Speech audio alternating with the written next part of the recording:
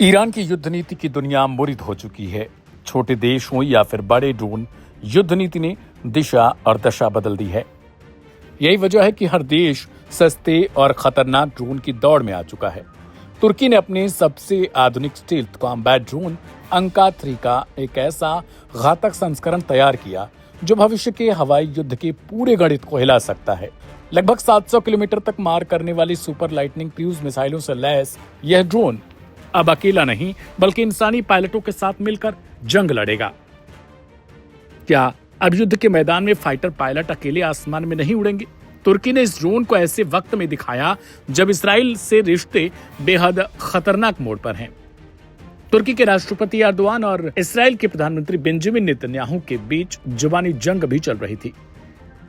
Israeli technology दुनिया भर में मशहूर है। तुर्की भी रक्षा क्षेत्र में अपनी करामात के लिए जाना जाता है।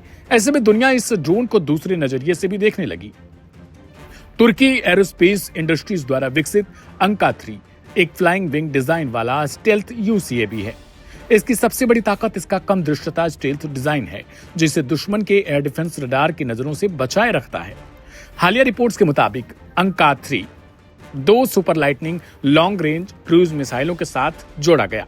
लगभग 700 किलोमीटर के स्ट्राइक रेंज के साथ यह ड्रोन दुश्मन की सीमा में घुसे बिना उसके सबसे मजबूत ठिकानों को तबाह कर सकता है। लगभग 10 घंटे तक लगातार हवा में रहने की क्षमता इसे घातक स्ट्राइक प्लेटफॉर्म बनाती है। अंका 3 की असली खासियत केवल उसकी मिसाइलें नहीं बल्कि उसका काम करने का तरीका है। इसे मैन्ड अनमैन्ड टीमिंग यानी मानव चालित फाइटर जेट्स और स्वायत्त ड्रोन्स के तालमेल के लिए डिजाइन किया गया है। यह तुर्की के 5वीं पीढ़ी के फाइटर जेट कान के लिए एक लॉयल विंग मैन की तरह काम करेगा। इंसानी पायलट हवा में उड़ते हुए अंका 3 जैसे कई स्टेल्थ ड्रोन्स के बड़े बेड़े को कंट्रोल कर सकते हैं। तो ही इलेक्ट्रॉनिक वारफेयर और बेहद खतरनाक हवाई हमलों की जिम्मेदारी यह ड्रोन खुद उठाएगा, जिसमें इंसानी पायलट की जान का जोखिम लगभग खत्म हो जाएगा।